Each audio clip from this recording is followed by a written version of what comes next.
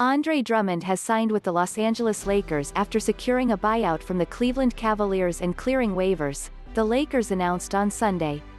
The two-time All-Star center has not played since February 12, when the Cavaliers, fresh off acquiring Jarrett Allen to be their center of the future, benched him in an effort to preserve his trade value. His $28.7 million salary prevented Cleveland from finding a trade partner, though, which led to the buyout. Andre Drummond gives us powerful, anchor point skills on both ends of the court, Lakers Vice President of Basketball Operations Rob Pelinka said. We feel extremely fortunate to add a player of his caliber and magnitude to our core group at this stage of our journey to defend the NBA title. Here's a first look Drummond in purple and gold, via his Instagram account.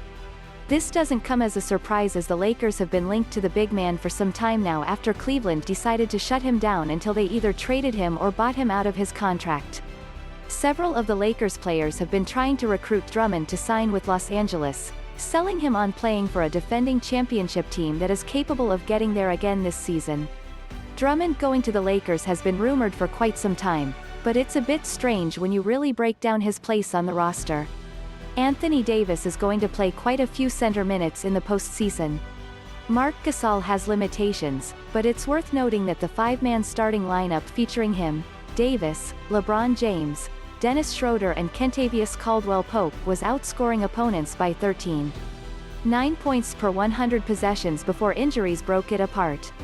When healthy, that success shouldn't be taken for granted. And then there's Montrezl Harrell, who is averaging a hyper-efficient 14.9 points per game off of the bench. He, like so many other Lakers, is represented by Clutch Sports, and with a player option this offseason, likely isn't thrilled with the idea of a reduced role in the playoffs. It isn't yet clear how Frank Vogel plans to balance all of those big men, but it will be one of the most important stories of the postseason for Los Angeles.